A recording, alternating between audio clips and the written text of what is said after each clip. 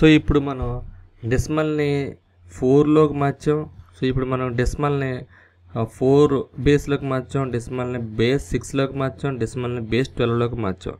Same ఇదే విధంగా మనకి అవసరమైనట్టుగా మనం ఏ విధంగా మార్చుకోవాలంటే డెసిమల్ నెంబర్ని బైనరీలోకి మార్చచ్చు, డెసిమల్ టు బైనరీ మార్చచ్చు, అలాగే డెసిమల్ టు ఆక్టల్ మార్చచ్చు, అలాగే డెసిమల్ టు హెక్సాడెసిమల్ కూడా మార్చచ్చు.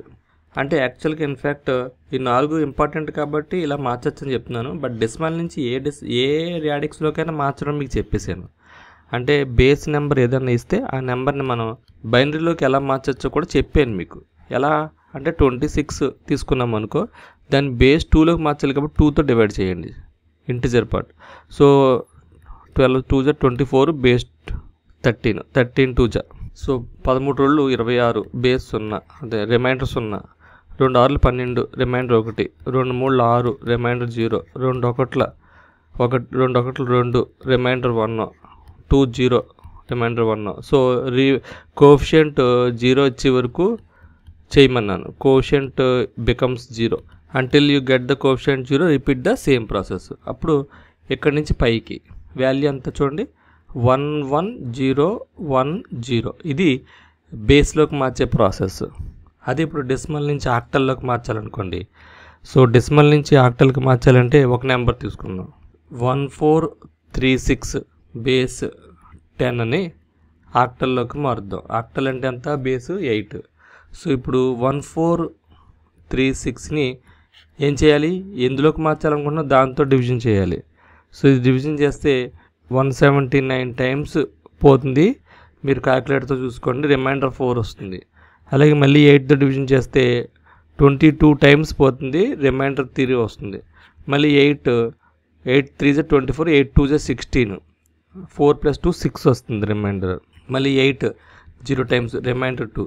సో ఈ వాల్యూ ఎంత అంటే కింద నుంచి పైకి 0 లెక్క చేయకూడదు, 2 6 3 4.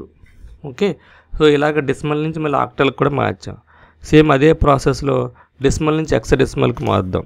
సేమ్ అదే ప్రాసెస్లో డెసిమల్ నుంచి హెక్సాడెసిమల్కి ఒక నెంబర్ నేను తీసుకుంటాను. ఇక్కడ 3509 బేస్ 10 అని తీసుకుంటున్నాను. హెక్సాడెసిమల్లోకి మార్చాలి. హెక్సాడెసిమల్ బేస్ ఎంత, 16. సో 3509ని 16తో డివైడ్ చేయాలి.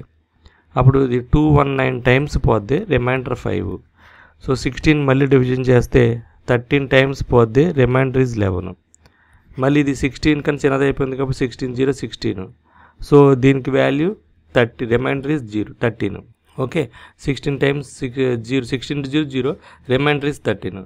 సో మనకి హెక్సాడెసిమల్ ఏంటి, ఏ అంటే 10, బి అంటే 11, సి అంటే 12, డి అంటే 13, ఈ అంటే 14, ఎఫ్ అంటే 15. ఇక్కడ ఏ నెంబర్ వచ్చినా సరే దాన్ని తగ్గట్టుగా మార్చుకోవాలి. ఇప్పుడు 13 ఏ విధంగా రాయాలి, డి అనమాట. సో కింద నుంచి పైకే కదా, డి 11 అంటే బి, DB5, DB5. ఇలాగా మార్చుకోవచ్చు. Same process. మళ్ళీ మీకు ఒకవేళ ఫ్రాక్షనల్ పార్ట్ వచ్చిందనుకోండి, ఫ్రాక్షనల్ పార్ట్ వస్తే ఏం చేస్తారు, fractional part if fractional part comes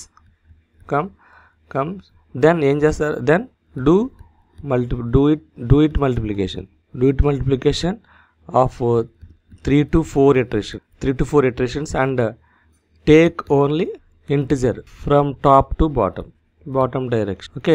so మామూలుగా ఏదో ఒక నెంబర్ని బట్టి మల్టిప్లై చేసేస్తారు. ఇక్కడ మీకు ఆల్రెడీ చేసి చూపిస్తున్నాను చూడండి. మల్టిప్లై చేసేస్తారు. ఇక్కడ చూడండి, ఒక నెంబర్తో మల్టిప్లై చేసేస్తారు, ఒక నెంబర్ వస్తుంది. ఒక నెంబర్తో మల్టిప్లై చేస్తారు, ఒక నెంబర్ వస్తుంది. మళ్ళీ ఫ్రాక్షనల్ పార్ట్ తీసుకుంటారు, మళ్ళీ ఆ నెంబర్తో మల్టిప్లై చేస్తారు, ఇంకో నెంబర్ వస్తుంది. మళ్ళీ ఫ్రాక్షనల్ పార్ట్ తీసుకుంటారు, అదే బేస్తో మల్టిప్లై చేస్తారు, ఇంకో నెంబర్ వస్తుంది. అలాగే 3 to 4 టైమ్స్ చేసిన తర్వాత యారో డైరెక్షన్ ఆ పైనుంచి టాప్ నుంచి బాటమ్కి తీసుకోండి, ఆ వాల్యూని ఐడెంటిఫై చేయండి. That's it. ఇంక మళ్ళీ ఆల్రెడీ చాలా ప్రాబ్లమ్స్ చేశాను కాబట్టి ఇంక మళ్ళీ చేయట్లేదు నేను. Okay. This is the procedure for fractional part. Okay. Integer part మీకు ఆల్రెడీ తెలుసు, దేంట్లో మార్చాలనుకున్నారో దాంట్లో డివిజన్ చేయడం అంటిల్ కోషియంట్ బికమ్స్ 0.